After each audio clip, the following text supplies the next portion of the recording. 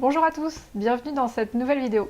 Aujourd'hui, je voudrais vous parler des deux premiers tomes de la bande dessinée Aliénor Mandragore. C'est écrit par Séverine Gauthier et illustré par Thomas Laboureau, et c'est aux éditions Rue de Sèvres.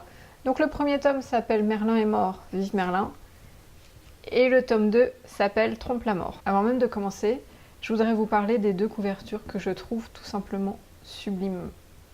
On est dans un format très classique de BD franco-belge avec une couverture rigide. Bon, voilà, jusque-là, ok. Mais les illustrations, moi je les trouve splendides. Et j'ai l'impression qu'elles nous invitent qu'à une seule chose, c'est à rentrer dans la bande dessinée. Je ne sais pas si ça vous fait le même effet qu'à moi. Mais typiquement dans le tome 1, vous voyez là, cette petite illustration là sur le côté. Moi, j'imagine un rideau de théâtre qui est ouvert et qui nous invite à rentrer dans la pièce de théâtre avec les personnages, avec en plus Aliénor qui est juste devant et voilà, qui nous attend tout sourire, un peu on s'imagine qu'elle nous dit bah, viens avec moi, suive mon aventure, je suis complètement conquise. Et le tome 2, je trouve, avec cette image circulaire, ça nous donne le sentiment de regarder à travers une boule de cristal, ou même, voire même, à travers la pancine dans Harry Potter. Et on s'imagine que si on vient coller le nez contre la couverture, bah on va rentrer pareil dans l'histoire comme dans Harry Potter, quoi. Donc vraiment, rien que pour ça, rien qu'en voyant les couvertures, parce que c'est quand même la première chose qu'on voit dans une bande dessinée, rien que ça, moi je me dis, oh là là, j'ai envie de savoir ce qui leur arrive à ces personnages. Aliénor, c'est la fille du célèbre Merlin l'Enchanteur, ils vivent dans la forêt de Brocéliande. Merlin, il est réputé parce que c'est un spécialiste des champignons. Et du coup, il passe ses journées à apprendre à Aliénor tout ce qu'il faut savoir sur les champignons, en espérant bien qu'un jour, elle reprenne le flambeau. Malheureusement pour lui, jusqu'à présent, Aliénor n'a montré aucune prédisposition à la magie, jusqu'au jour où elle découvre qu'elle entend les mandragores l'appeler. Alors la mandragore, vous savez ce que c'est une plante, quand on la déterre du sol, elle a une sorte de petit visage là au niveau de ses racines, et lorsqu'elle pousse un cri, ça tue tout ce qui est vivant autour d'elle. Mais il faut savoir aussi que la mandragore, ça a tout un tas de vertus magiques, donc c'est une plante extrêmement rare et extrêmement précieuse. Donc Aliénor a un don absolument fabuleux parce que bah, voilà, c'est compliqué dans son monde de trouver des mandragores. Donc elle découvre cette mandragore avec son père et elle n'ose pas la déterrer parce qu'elle a peur évidemment du cri de la mandragore. Et là Merlin lui dit non, ne t'inquiète pas, dans nos veines coule le sang d'un démon. Parce qu'en fait Merlin c'est le fils d'une humaine et d'un démon. Et il lui dit, étant donné qu'on a du sang de démon dans nos veines, on ne risque rien par rapport au cri de la mandragore. Aliénor fait confiance à son père, elle déterre la mandragore, qui pousse un cri qui tue Merlin. Merlin revient sous la forme d'un fantôme, et donc il découvre qu'il est mort. Il va charger sa fille Aliénor de trouver un remède pour le faire revenir à la vie. En parallèle de ça, on a la fée Morgane, qui est la pire rivale de Merlin, qui découvre aussi que Merlin est mort, et qui est tellement contente qu'elle organise les funérailles de Merlin en invitant toute la presse pour que tout le monde soit bien au courant que Merlin est mort.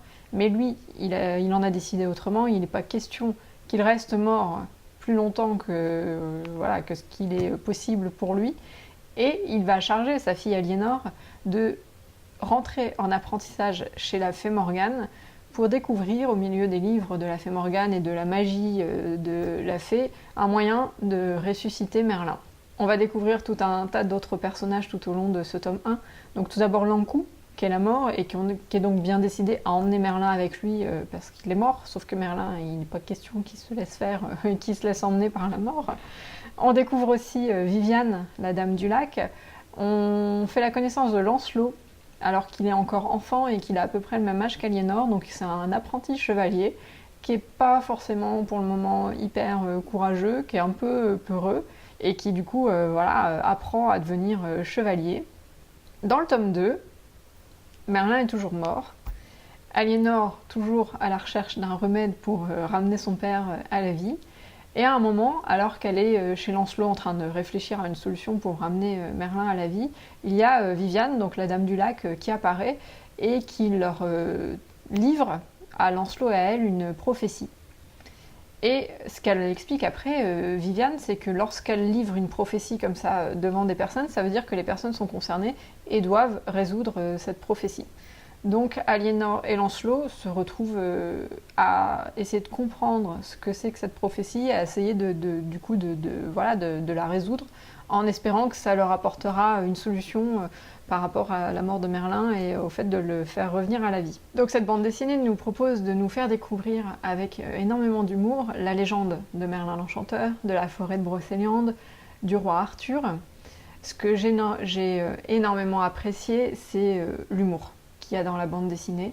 On a beaucoup de gags visuels et alors c'est vrai que moi je suis assez difficile au niveau de l'humour. J'ai beaucoup de mal avec l'humour très premier degré, avec les trucs un peu pipi caca, il y a une peau de banane, oh j'ai glissé dessus, je suis tombée, bon tout ça moi ça ne me fait pas rire du tout. Donc voilà, j'ai vraiment une exigence par rapport à l'humour et là je trouve qu'il est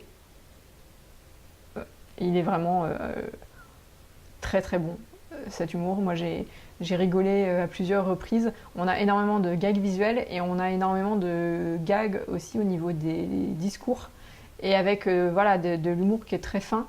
Donc bon, moi c'est ce qui me fait rire quoi. Je trouve les illustrations magnifiques. Elles sont tout en rondeur, tout en profondeur, avec énormément de couleurs différentes et des teintes différentes en fonction du lieu dans lequel on se retrouve, soit dans la forêt, soit dans l'univers, le pays de Lankou, soit dans un village. On a à chaque fois des teintes très différentes qui nous montrent vraiment l'univers dans lequel on se situe. On a énormément de détails dans les illustrations, donc c'est hyper agréable. Les différents personnages, notamment les adultes, sont assez caricaturaux, mais c'est pas gênant, ça les dessert pas du tout, ça rajoute une petite touche sympathique aux personnages, une petite touche attachante et de l'humour. Au final, on se rend compte que ce sont les enfants qui sont beaucoup plus responsables que les adultes dans toute cette histoire. Les adultes, ils passent un peu leur temps avec leurs peurs, avec leurs angoisses, avec leurs disputes internes, leurs mauvais caractères, etc. Et c'est vraiment plus les enfants qui ramènent un peu tout ça à la raison, le calme. À la fin de chaque tome, on a quelques pages qui sont consacrées à l'écho de Brocéliande, le journal de la forêt de Brocéliande, avec différentes informations à chaque fois. Donc sur la mort de Merlin, sur voilà, un crapaud, le crapaud bleu de Brocéliande par exemple, les monts d'Arrée. Et ça rajoute un petit côté un peu sympathique, ce journal. Donc on a un dessin travaillé avec beaucoup de détails, des couleurs et des illustrations magnifiques avec différentes couleurs qui servent aussi bien l'ambiance que le lieu dans lequel on se trouve, des personnages très attachants et avec une personnalité vraiment réfléchie, beaucoup d'humour, des dialogues croustillants, tout ce qu'il faut pour faire une bonne bande dessinée. Voilà, cette vidéo est maintenant terminée, je vous dis à très bientôt.